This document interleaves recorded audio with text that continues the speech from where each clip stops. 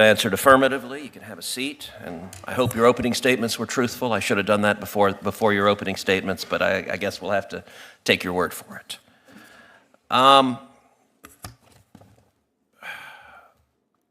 Representative Robbins, let's start with you. How broad was the fraud that was perpetrated in Minnesota?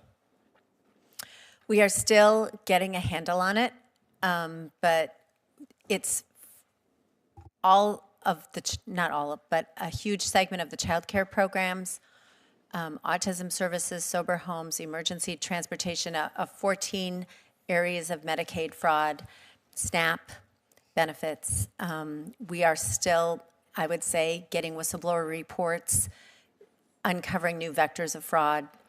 We just discovered the adult day services and the assisted living. Those haven't been counted in the total so far. So I believe it's much broader than we currently know, and we will continue to expose it. Is there any chance the elected Democrats in charge of the state were unaware of the fraud? No. There have been credible whistleblower allegations, press reports, and Office of Legislative Auditor reports for many years. Mr. Hoke, I want to thank you for your citizen journalism and your hard work pressing for accountability here. I will say I watched the video that you did with rapt attention. It was profoundly effective. It was also, by the way, an indictment of all of the so-called journalists on the national level, because none of them could be bothered to actually go and investigate. I want to ask you the same questions I asked Representative Robbins. Number one, how broad do you believe the evidence shows the fraud in Minnesota was? It's easily in excess of $30 billion when you take everything into account. You've got all of these NGOs, you've got nonprofits, you've got county money, you've got city money, you've got CCAP money, you've got another thing called Great Start. So there are all these piles of money that factor into the fraud. I don't know that anybody can ever determine an exact number, but I kept telling the U.S. attorney when he came out, I said, you got to get your number up, you got to get your number up, and he did. He kept ratcheting up the number, and I kept saying, you got to be at least at $30 billion. So going back to whether Governor Walz knew about it, Governor Walz admitted knowing about the fraud early in his first term, which would say 2020. Well, Minnesota Statute 3.971, Subdivision 9, clearly says that if you are made aware of fraud in a state agency, you are obligated to immediately report that fraud to the Office of the Legislative Auditor. Immediately. The Legislative Auditor is then the body that determines which law enforcement agency to bring into the investigation. Governor Walz did not contact the Office of the Legislative Auditor. He said he contacted the FBI about what? That's not what the law says. How many organizations receiving taxpayer funds did you visit in total? How many? How many organizations or ostensible organizations? Companies? Yeah. 200. Of the child care centers you visited, how many kids did you see? The only place that I saw children was at KinderCare and New Horizons, which are, in my opinion, legitimate. They're large scale. They have play areas. And they also receive CCAP money, but they're the only places that I saw where there were children present, ever, at any of them. How about the autism centers? Did you see children? Did you see patients there? Never. What happens when billions of taxpayer dollars vanish and no one takes responsibility? In a jaw-dropping congressional hearing, lawmakers clashed over what could be one of the largest fraud scandals in U.S. history. We're talking about fake daycare centers, empty autism clinics, and allegations that officials may have known all along. And when the questioning started, things got intense. So that's not to say there weren't any, but there were never there. There were never any there. When I was there, never any footprints in the snow, same thing. Mr. Weissman, you're co-president of Public Citizen, which describes itself as a consumer advocate and a pro-democracy organization. Would you agree that the fraud in Minnesota was staggering and shocking? I agree that there is fraud in Minnesota. I don't believe these estimates are grounded in any evidence that I've seen. The $9 billion figure was based on a claim just that Well, I think that half of them must be fraudulent. I just heard a comment just saying, boost the number up.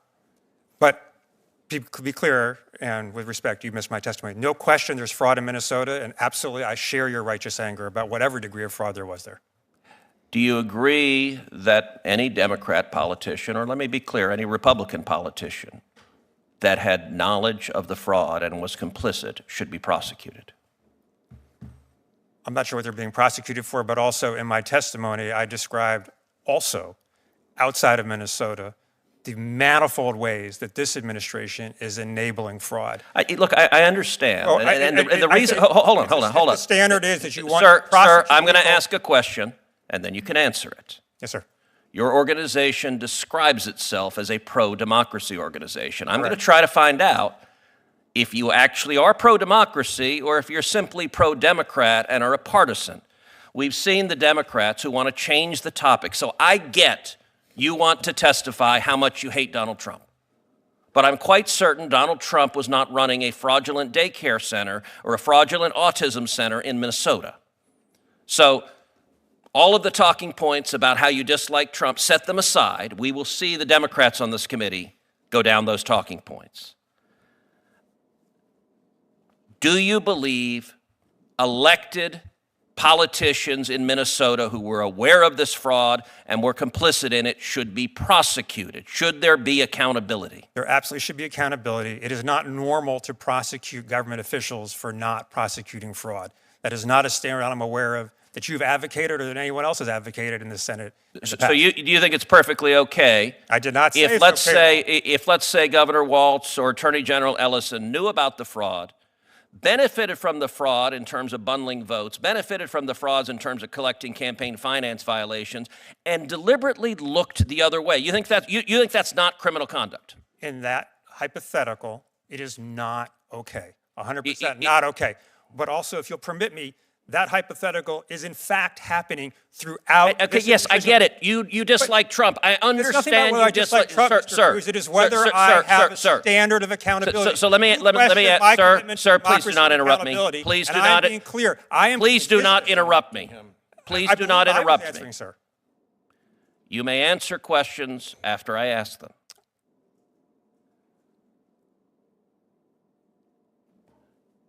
You've heard the evidence and testimony about daycare centers with no children, with no toys, with no facilities, with windows that are blacked out.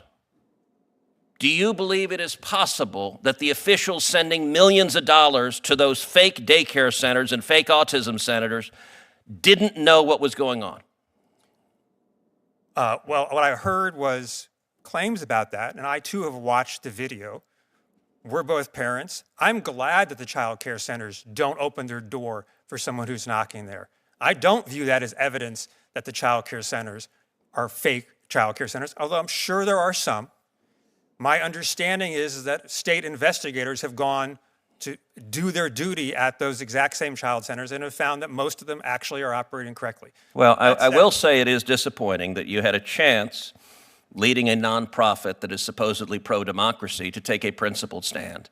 Instead, you decided to defend the Somali fraudsters because it benefits elected Democrats. That's disappointing.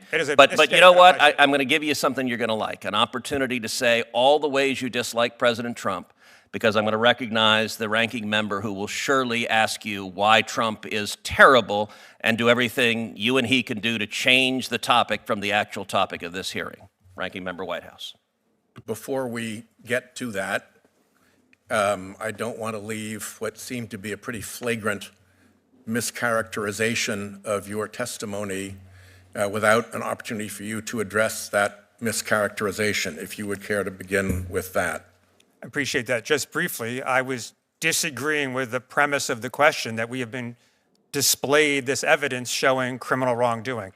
Obviously, where there is criminal wrongdoing, and I testified to this, I support aggressive investigation and prosecution. To the degree there is wrongdoing in Minnesota, it should be aggressively investigated and prosecuted. I'm not sure that the claim that all the evidence we've been presented today is in fact evidence of that, but I don't deny it for a moment that it is occurring in Minnesota. Let me ask you. If you enjoyed this political breakdown, like, comment, and share for more political insights.